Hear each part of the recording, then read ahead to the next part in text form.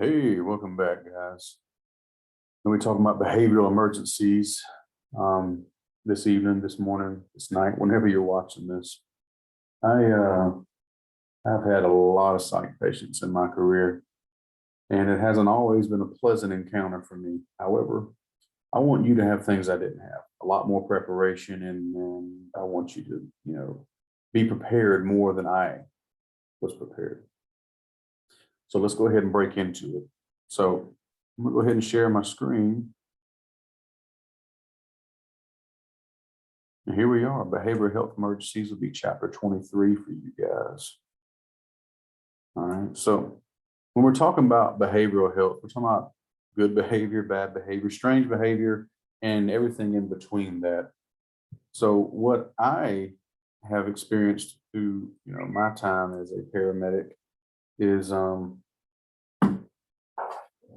that wide range of behavior and not knowing if someone is within their right mind. It's a very big area of litigation for us where we could have trouble with the law about it. So if you are going to make a decision to take someone's rights away or do something in their best benefit for medical care reasons, then you better be able to justify it.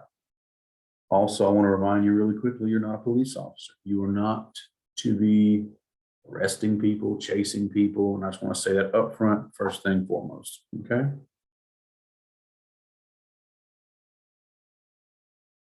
So we're going to talk about the recognition and behaviors that pose a risk to you, the EMT, patient, or others. Our job is not to be UFC fighters, but it is to be a patient advocate and do no harm. However, there are certain patients that will try and do you harm, and you should, well, make sure they don't do you harm. So do no harm, but take no crap. Do no harm, but take no crap. So we're going to talk about just basic principles of mental health, what acute psychosis is, suicide risks, and agitated delirium. So we often care a lot of times for patients in behavioral health emergencies. When I worked for Grady in the city of Atlanta, the streets are full of psychiatric patients having some type of issue. It can be an acute medical issue causing them to have an altered mental status. It could be that they have mental illness. They could be on drugs. A lot of times it was drugs in conjunction with mental illness. The two don't mix very well. If you're already seeing little green men and you put cocaine on top of that and some LSD or PCP, they're going to be hallucinating more and be a lot stronger than they would have normally been. This week in lab, we're going to teach you how to tie people up and restrain a combative patient. However, I've seen those little restraints. I've seen 130-pound dudes snap restraints like they were made of paper because he was high out of his mind on all kinds of stuff. Stress can cause it. There's many of them. Most of us do experience an emotional crisis. That doesn't mean you got mental disease. We all have had a rough and tough time with this pandemic. We've all had low moments in life. So, we need to kind of decide and decipher, is this a manifestation of mental illness, or is this is it just a bad, wrong time, wrong place kind of thing? Like, dude's just at a low point. He's not really having a manic episode. He's not really in a schizoaffective episode. He's not really, suicidal. He's just pissed off. His mom just died. He's upset, understandably so. So let us not jump to conclusions. Let us actually be very thorough, assess the patient, figure out exactly what's going on. So just because you're feeling bad or depressed doesn't mean you're sick. Doesn't mean that, there's actually, a mental illness there. Justifiably, if you got a divorce, you could be depressed or you could be really happy. Again, the death of a loved one, or maybe losing a job you worked many years for, and or you put a lot of years into a company and you suddenly leave them. These are things. So there are a lot of medics out there that believe individuals with mental health disorders are dangerous, violent, and unmanageable. That's not true. I worked as a paramedic for many, many years before I actually had to wrestle and sedate any kind of patient. The majority of people, we could just talk a little bit, and I treat them like respect. I treat them with love, and I talk to them like I actually care about them, like they're a person and not a object or a problem to be solved. And I could talk them off the ledge, or I could make sure that they were nonviolent with me. That kind of changed when I hit the city of Atlanta, though. I ain't gonna lie. Every weekend, I worked nights and weekends at Grady, and on the weekends, I had at least every weekend, at least one patient I had to sedate and restrain. And,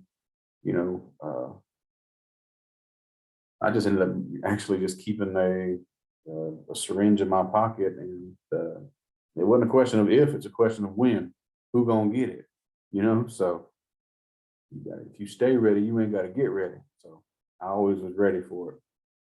Only a small percentage of these individuals will fall into these categories. They're actually dangerous, violent, unmanageable. And if they are dangerous, violent, and unmanageable, if they ride with me, they're going to ride correct. I want them to be behaved while they're with me and not violent, not a danger to myself, themselves, or others. Another thing to think about is when I worked at Grady, I'm taking them to Grady, and I'm taking them to my home base. I work for this hospital. Those nurses in that ER are my friends. And I don't want them to go in there and be upset and violent and hurt anybody. I remember I had like a difficulty breathing or something. I had that patient over there, and I was in the triage getting my patient assessed, and somebody brought in this patient that should have been sedated, and they weren't. They were acting the fool. They got off the stretcher, and everybody tried to get to him, and the guy ended up throwing something at the nurse and hurting her, but he wouldn't have done that if he'd been sedated and unresponsive and tied down. So we don't bring people into the house. You don't invite people to your house acting the fool. So don't take them to your hospital that you work with or for. You don't have to work for a hospital to, respect the nurses there and want to, not cause them any kind of untoward harm. So you are exposed to a higher proportion of violent patients than really any other health profession. And you got to be ready to deal with it. I'm going to go ahead and tell you, I have never had any kind of martial training. That being said, I've had hundreds of street fights. That being said, I'm also 6'3". I'm also 285 pounds, and I've been weightlifting since I was 15. That's not me, patting myself on the back. That's just facts. There were patients I couldn't physically restrain. That 130-pound guy I told you about that snapped the restraint like they're made of paper. It took 5 of us to hold him down. Yep. So, and it ain't got to do with being a big fella or anything. I wish that I had some training to not harm anybody, to just restrain them and keep them from hurting themselves. Now, I did well, but it could have gone a lot better.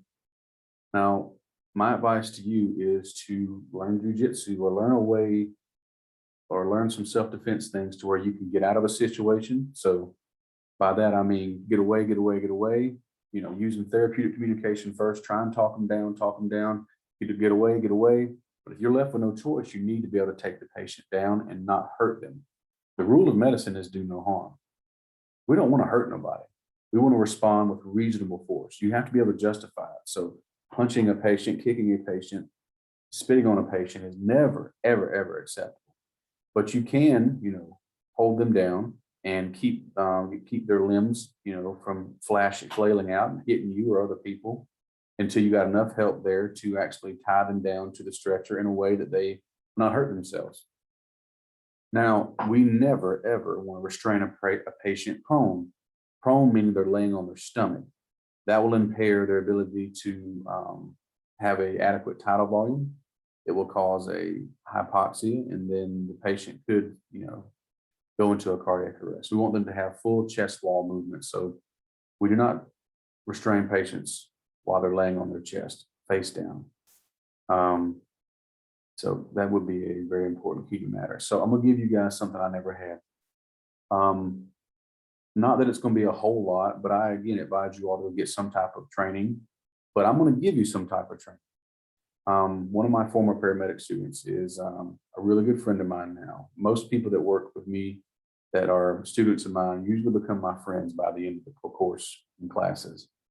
So this guy's now a good friend of mine, and I love him to death. And he's a former Marine, went 4 tours of duty overseas. He knows lots about self-defense and hand-to-hand tactics. He was also a prison guard in Louisiana. He's also very big advocate for self-defense and continued training, and knows a lot about it. I would trust him with any kind of hostile situation there is. He's going to come in next week for our lab, and I'm going to have him teach you just basic stuff on how to get away, and how to also take a patient down and not hurt them. It's something I never had. I think it should be part of every EMT and paramedic school curriculum. However, nobody else seems to gravitate towards that. I don't know. It's going to be part of yours, though. So communication is key. You can usually talk somebody down, but if that person is convinced that you're there to kill them and that you're not really who you say you are, that you or you're a Martian from somewhere, you really sometimes cannot talk them out of it. Being able to predict violence. Yeah, some people have a sixth sense about it. I just always, I don't know how to put it. That I could sense it, I guess, and I could read body language, and I would position myself to always be ready to mitigate those circumstances. I needed to always see their hands, and I always had my hands up. One, as a defensive thing, like if they come at me, I can grab real quick with these old bear paws. And secondly, if they could see my hands. Hey, I'm not here to hurt you. Look, there's nothing in my hands. I'm not here to hurt you or whatever. You know, I'm just here to talk, man. You know, I'm just trying to help out. So remember, behavior is what you can see a person's response to the environment. Over time, people learn to adapt to stress. Sometimes stress is so great that you run out of normal coping mechanisms. And we've all had moments like that. But also, can we always rely on what their behavior is? I mean, because different cultures have different things. So this is kind of a subjective thing. So my question is when you're evaluating this patient, is it causing them distress in their life? Is it causing them issues in their work life, their marital life, their love life, their social life? I mean, is the reaction, but the crisis causing issues with that? Or did they go through a great trauma recently, or did they lose their job or have some kind of big life event going on? So behavioral crisis, that includes your patients who are agitated, violent, or uncooperative, sorry, said the wrong word, or who are a danger to themselves or others. That is a behavioral crisis. A patient that is overly agitated, violent, like what are you doing here, you punk EMT paramedic, look at some gun, with your fat neck and little beard. Sir, you're beautiful. How dare you? So these are things we got to watch out for. Why is he so agitated? What did I do? I just pulled up. I'm here to help. So that's something to be aware of. Patient that immediately attacks you, they got some type of thing going on. I pulled up, and this guy, he's a homeless man, but not that it matters. But we pull up, and as soon as we pull up, I'm like, "Hey man, what's going on?" I'm literally closing the door to the ambulance to see what's up. And he's like, he starts cussing me out. Where the hell's my medicine? You've got my medicine. You give it to me now, buddy. I don't get the hands, or I don't have any medicine, pal. What can I do for you? You called 911. What's the issue? Do we need to take you to the hospital, get some medicine? And just then, as I'm talking to him, he swings a kind of stick thing at me. Now, my hands are up. One, to show him I'm not having anything in my hands, but also so I can grab him, catch him, or in this case, catch the stick. Now, of course, as I catch the stick, I snatch it from him, and he's not letting go. So he comes into me.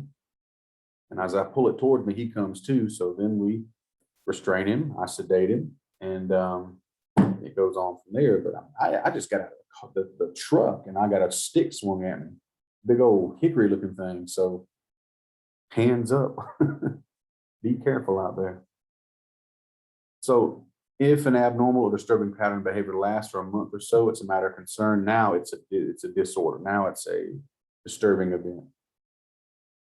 So behavioral health emergency arises. Patients can show agitation, violence. They may threaten themselves. They may threaten others. And again, when you pull up on scene, it is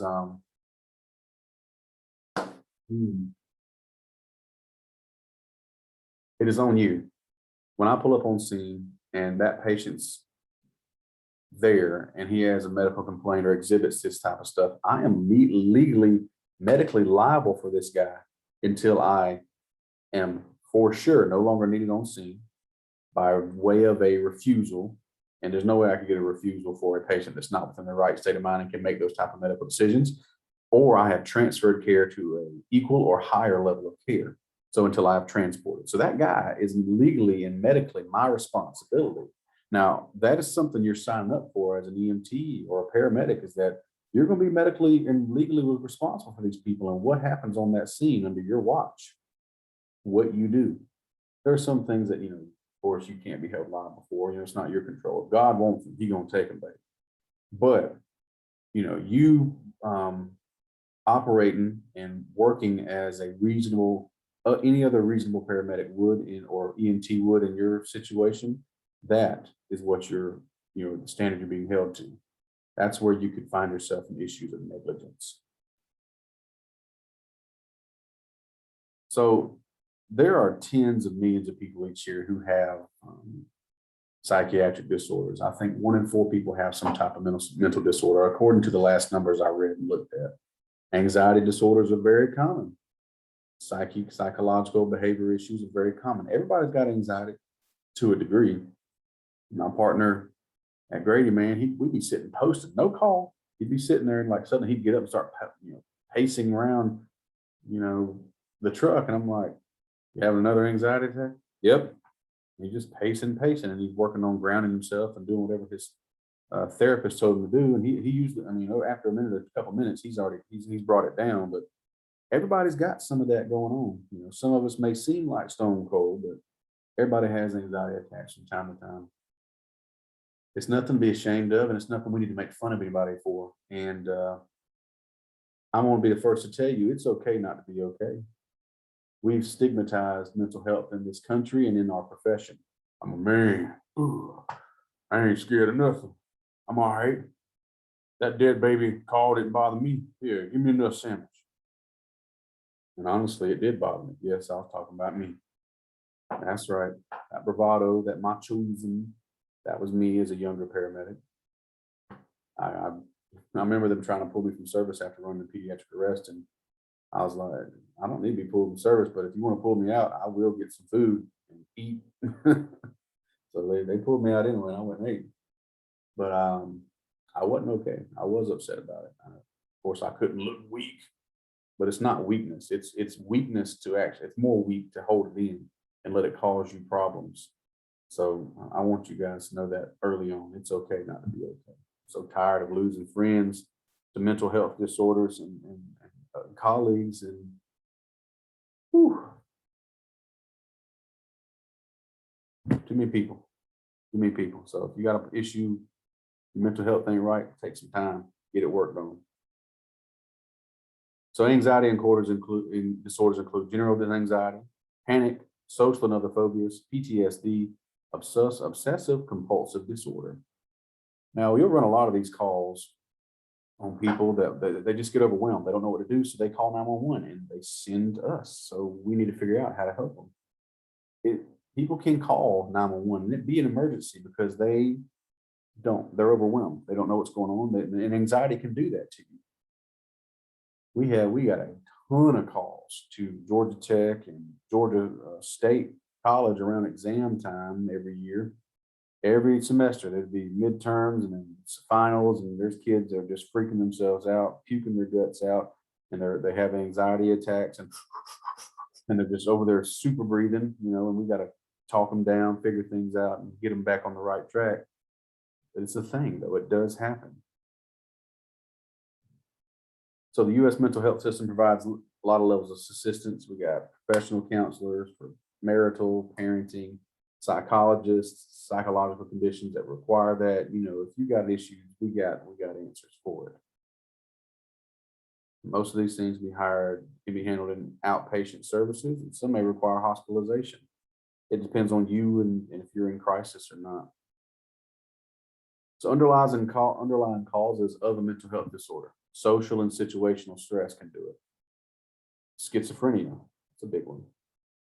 Physical illnesses such as diabetic emergencies can cause mental health disorders. I have had diabetics punch me, hit me. I had an old man punch me in the mouth one time. Okay, Grandpa got hands. Now, do I need to beat him up and show him how much of a man I am? No. As an objective healthcare provider, I don't take it personally that a person with diabetic issue who is not in his right state of mind, physically assaulted me. I put his arm in a kind of modified arm bar, not to hurt it, but so I could get an IV. I got the IV as he's struggling, and we flush it, make sure it's very good and patent. Then we push some D50. He wakes up and he's the nicest old guy ever. He couldn't believe that he punched me. I told him he had hands. You still got it, Pop. You still got it. So don't take it personally. A lot of these people are not within their right state of mind, and you are not being targeted at all. It is not you. It is not a you thing. It is the disease. It is the disease process or the social stress cracking their brain. Could be a chemical problem. They could be drunk. They could be on drugs. I've had lots of crackheads attack me. It could be a biological disturbance such as electrolytes being off. There's a lot of brain chemistry stuff going on here that we're not going to get into the pathophysiology of because it's an EMTB course, but there is a lot going on there. You just have to understand that sometimes people are not within their right state of mind and that it ain't nothing personal, buddy. You're not responsible for diagnosing what's going on. You're not responsible for figuring it all out. Your job is to figure out, hey, he's having some issues. He needs to see a doctor. He needs to go to the hospital. It could be an organic thing, it could be a functional thing, but that's not your job. Organic disorders would be something that is temporary, permanent dysfunction of the brain caused by physical or physiological function. Sudden illness, a traumatic brain injury, seizure, drugs, alcohol, overdose, withdrawal, any kind of disease of the brain would cause the organic disorder to have the patient be altered. Other ones would be hypoglycemia, hypoxia can cause it, impaired cerebral flow, hyperthermia or hypothermia. I know I get pretty agitated and then not my normal self when I'm overly hot. Summertime, I'm a little bit more irritable. When I ain't, as far as blood sugar, I'm not a diabetic, but if I don't eat, I get mean, I get hangry. But feed me. That's how it goes. What about functional disorders? This is the stuff that it impairs the bodily functions when it seems to be normal. So schizophrenia, anxiety, depression, these are physiological things that can happen in the body.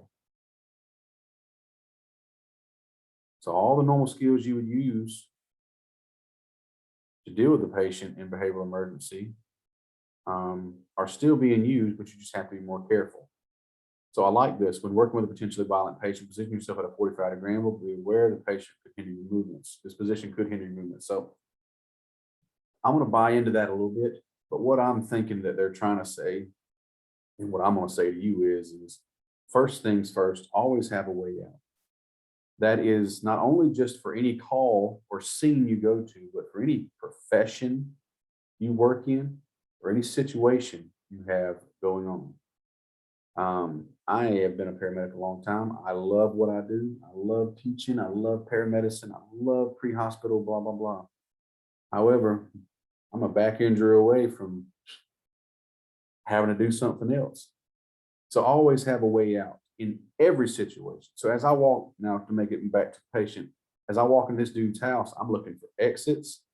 I'm looking for obstructions to him, and I'm looking at all situations of the scene. I'm surveying the scene for potential hazards or whatever. Never let anybody behind you. Always have a way out, and always position yourself to mitigate a threat if it comes.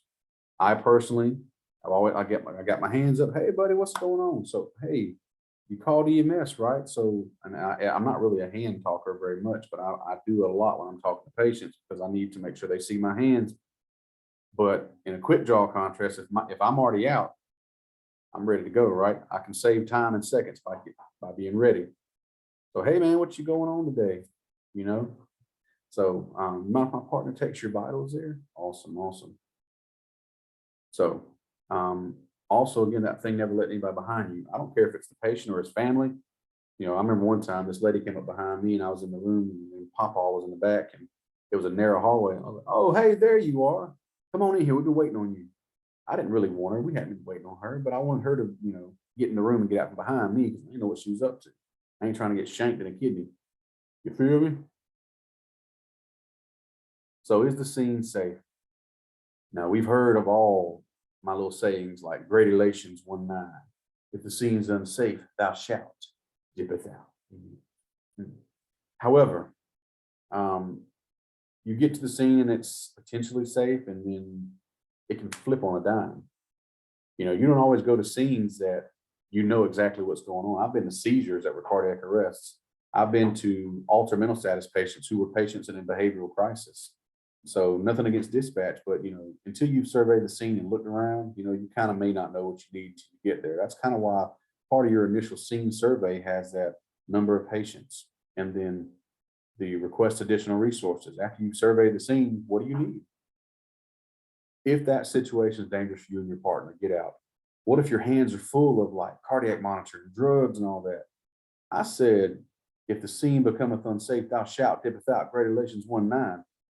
If it becomes unsafe, you drop everything and dip. You can let somebody else come over there and get all that stuff. They can keep the drugs and keep the equipment. Your life is more important than some equipment that some company you work for has there. So keep that in mind. If you got to drop everything and run, cut bait, baby. Cut bait and go. Do you need law enforcement? Should you stage for law enforcement? If you pull up and there's people outside screaming and fighting, I would stop, back up, get far enough away. We're going to need PD on scene. We're going to stage until they arrive and clear the scene. It's that simple. Don't put yourself in a situation like that. Now, sometimes in the city of Atlanta, we would get called for what's called a signal 24, which means there's a psych patient and PD's already on scene and blah, blah, blah. Sometimes the scene's still chaotic. We will ask dispatch, is the scene safe? Has PD cleared it? Not sure, let me check. All right, we're gonna sit here until it is. I've sat there for 30 minutes before. I mean, I wanna help, but we don't go in until that scene is safe. I am sorry. That is just how we train you. That is just how much onus we put on your life, because you're special too. To a lot of these companies, you're a number, but to my wife and children, I'm dad and husband. So I mean, I've got to put that first. Here at Atlanta, here in the city at Atlanta Fire, we have a saying: "Faith, family, fire," and I can get behind that. Whatever your faith or beliefs are, family, and then your work and job and stuff. So I mean, I'm really behind that. Does a patient have typical or abnormal behavior? Are there legal issues? Is it a crime scene? Do I need consent, refusal? I want you to take standard precautions and wear your gloves and PPE and request additional resources early. I would rather you call them and wake people up and aggravate them and not need them than need them and not have them. That doesn't mean that you cry wolf all the time, but do a real scene survey. And if you need something or think you'll need something, go ahead and call for it and have it moving to you. The MOI and the NOI, there's not a lot I think you can. I mean, you can and get a little bit from that. The nature of illness is there medications, substances that can contribute to what's going on? Is there like, a bunch of heroin needles on the ground or whatever? You need to ask these questions of dispatch and of the scene as you are, looking through it and finding, contributing clues to your diagnosis. But again, a psych patient can flip on a dime. I've had it happen. calm, cool, collected dude, just talking, chatting me up, blah, blah, blah. And suddenly he lunges for me. I had a guy like that picked up from a gas station. He kept calling me teardrop. I don't know what that means. Maybe somebody can explain it to me one day. He kept calling me teardrop. He kept calling my partner nephew. It was hilarious, but I mean, his body language was just off to me. Like I had him on the stretcher and stuff, and I was just sitting there talking to him, and I wasn't really typing, but I was really just watching him and talking to him. I'd already had his vitals, and I was assessing him every 15 minutes, but he was just talking and talking, and I'm just watching him. But I had already positioned my feet and my body to intercept any kind of threat that could come to me. And when he thought I wasn't looking or ready, he lunged for me. And I called to my partner, who pulled over and got back there, and we held him down on the stretcher. We called our supervisor, and they came. By the time the supervisor got there, we'd already had him restrained, sedated, spit hood on. He was spitting, he was a spitter. And I want you to know that. You need to be dang sure you got all the help you need, because sometimes if it's just you in the back of that patient, you need to be ready and able to deal with those threats. So everybody rides on the stretcher. Some of you may be tempted by these older turds that you do third rides with, allow patients to ride on the bench seat. Not if your patient is any kind of way a psych patient, combative patient, or whatever, they ride on the stretcher. They ride on the stretcher. If you got several patients back there and they're like, let's say it's a big trauma, and there's like, one kind of serious, one he's on the stretcher, and the other one just kind of has like a hurt wrist or something. Yes, they can sit on the bench seat if your protocols and company allows it, but they need to wear a seatbelt. They need to wear a seatbelt. So your primary assessment, I'm not going to spend much more time on that. We're going to do that in lab. Again, it goes over to, is your scene safe, PPE, BSI, mechanisms of injury. It's going through that check sheet. But I do agree that you need to begin your assessment from the doorway. As you approach the patient, begin that assessment, establish a rapport, start talking to him. Start talking to him. So when you're getting history, though, you do want to dig into this if they will allow it. Now, you want as much history as possible for yourself, but also for your facility you're taking the patient to. It'd be a lot easier for them to form a diagnosis and a treatment plan if they know what they're dealing with, and as much information as you can give them. However, if your line of questioning is more inflammatory, by that I mean if the patient's getting pissed off that you're even keeping talking to them and prodding them, maybe just keep them alive, monitor ABCs and transport so you don't stir them up. Because again, in an ER, if he gets stirred up, there's security, there's tons of staff, and lots of room to get away. In the back of an ambulance, it's usually just you, and there's not always a fast route of getting away. So I'd say not stir him up. Is he taking any drugs or alcohol? Tell him the truth. Hey, look, I'm not a cop. I cannot arrest you for it, and I can't judge you for it, and I cannot share your healthcare information with anybody but anybody directly involved in your patient care. So I'm not going to tell anybody. I'm not, law enforcement. This is not punitive, but I need to know if you have taken anything, because if I give you something that could interact with it, it could hurt you really bad. So I need to know. You got a history of mental health. These are a lot of questions you want to ask. Get your sample history on them. It's always important.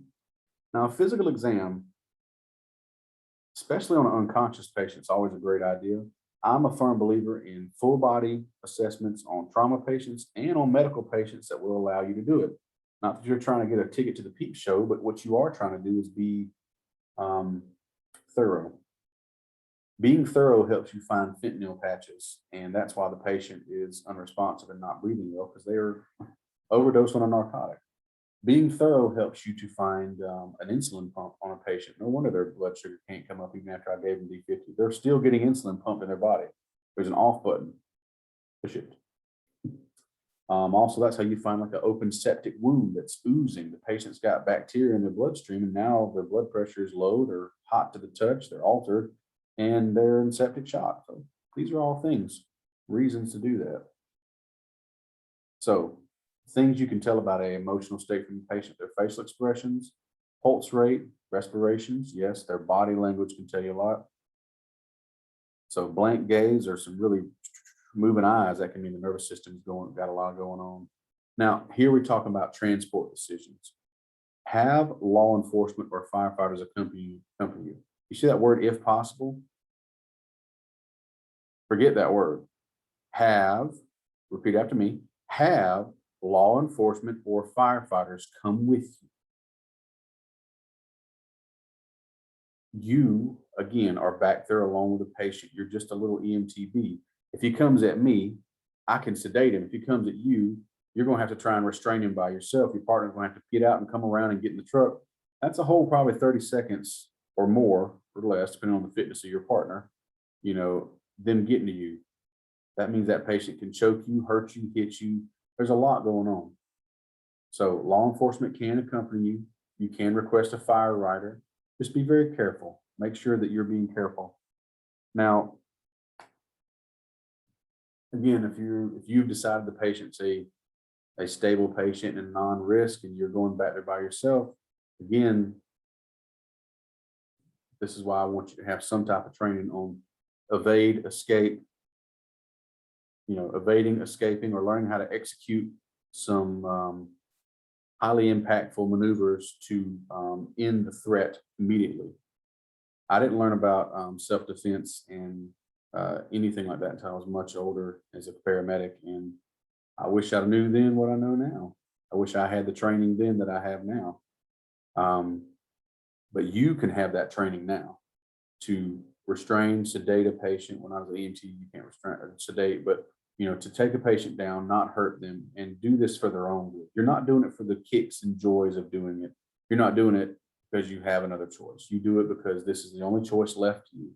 Patient is a danger to themselves or others, or they're extremely agitated and violent. And again, we're not cops, but if they attack us and they have medical issues and complaints, and if they ride back there, they're going to ride correct. So my thought process, and when I teach my paramedic class, is I'd rather bag you than fight you. What does that mean? So some of the sedation drugs we give in paramedicine will knock them on their butt. And sometimes it will knock their respiratory drive down. And all the patients over the years I've sedated and restrained, I only had one patient that ever had any kind of respiratory compromise. And all I had to do was I just gave him a gentle bagging. I kept his SAT up above 94%. His blood pressure and his heart rate looked good. There was no sign of arrhythmias. He'd get fine.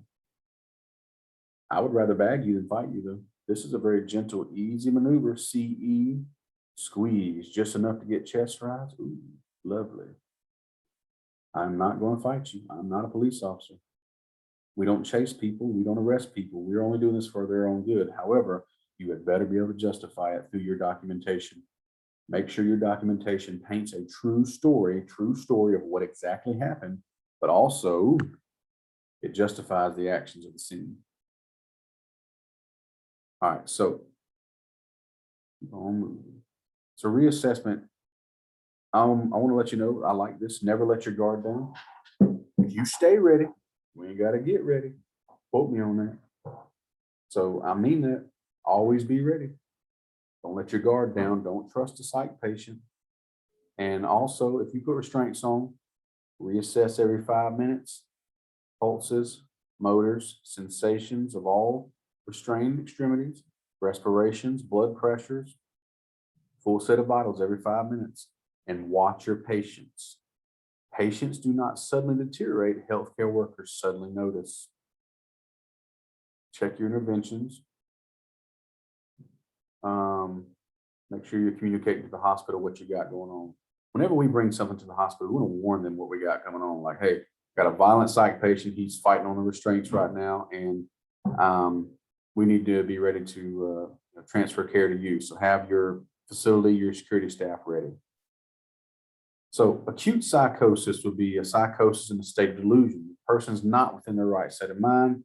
That could be because they've done it with drugs, a stress response, a mental breakdown, delusional disorders. Schizophrenia is a big one that we see a lot. Schizophrenia is very complex, and basically, let's take a look. This is a red pen. Me and you would see this as red, but in the mind of a schizophrenic, all he sees is blue. I cannot convince him that this is not a blue pen, just like you can't convince me or you that this is not a red pen. I see red. It's red. He sees blue. That's all you need to know. Don't try and change his mind. Don't go along with his story. Don't feed into it. But get that person to the hospital. A lot of times it's because they have subtherapeutic levels of their medication in their system, which means they're not taking their meds. I don't like how it makes me feel. I had one tell me that one time. I don't like how it makes me feel, all docile and stuff. Well, that's the point there, buddy.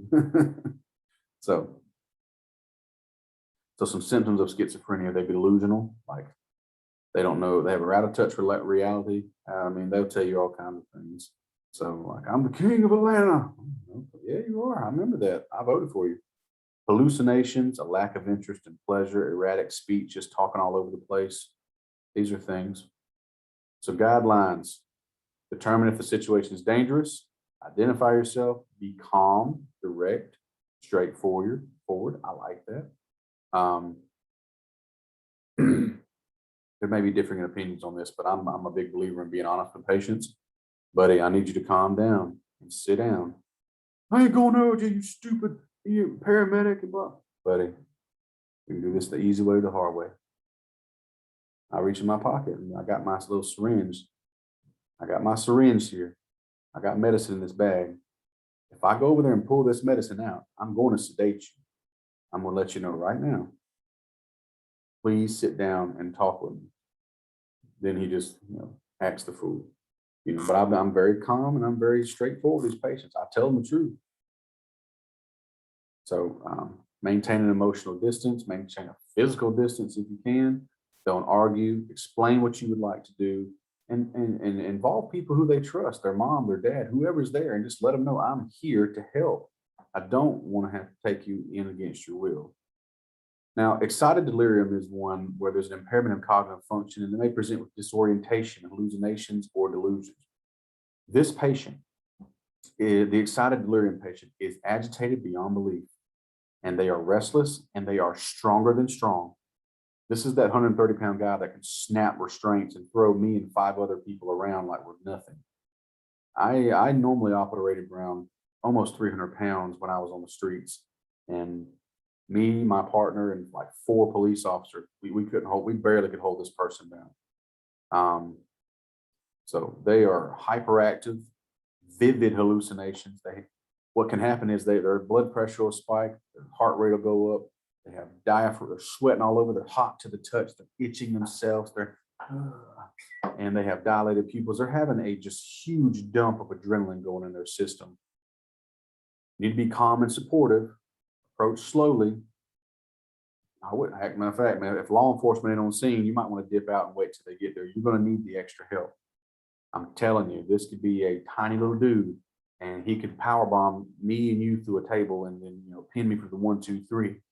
I'm telling you, he could do it. So again, I don't care if they're 10 foot tall or 10 inches tall. Respect everybody and treat them all like they're the baddest dude on the block. But you just never know what kind of training they got or what kind of the thing they got going on. The excited delirium patient is stronger than strong. They do not get tired. Me and you will get tired. That patient will not. Do not leave them unattended. So what I want to say else about this patient is do not agitate them. But if you have to restrain the excited delirium patient, you need to call a paramedic unit. If you restrain them physically, you better restrain them chemically. They're going to fight against the restraints, and what they're going to do is cause their muscles, because of the constant fighting on that restraints, to become anoxic, and they're going to have lactic acid production, and the acidic state of their body, and of course that agitated state of their mind. Their blood pressure goes up even higher, their pulse rate goes up even higher, and they're fighting. Suddenly they go still. It's because they went into cardiac arrest. They went into sudden cardiac arrest. Now we got a code to work. So I want you to be very careful with these patients, and they're just kind of read what I said. If patient agitation continues, request ALS to chemical restraint patient to be considered. Excited delirium can lead to sudden death. This patient will die on you. That is so against what we do here. So I want you to be very careful, but also mindful that psych patients, if I physically restrain you, I'm going to chemically restrain you. It's not wrong to call for extra assistance and get some more help. All right, so that's going to do it for our behavioral emergencies little lecture here. So let's go over the big recaps real quick. So you need to expect the unexpected. Always have a way out. Stay ready. You ain't got training, get some training. We're going to go over how to restrain a patient in lab this week, actually, tonight in a couple hours. And I really want you guys to treat these people with respect and with love. I'm going to post a link to a YouTube video. If you come to lab this week, you will watch the video with me. I will narrate it for you and with you. But if you don't come to lab, like you're a Savannah or Macon crew member or whatever, I want you to watch this video and see how negligence of EMTs and paramedics in Orangeburg, South Carolina, how it costs a psych patient. So y'all be easy. Have a good weekend. We'll see you next week for more of the same. If you need anything, text and call, and we'll see you tonight at lab. Have a good one.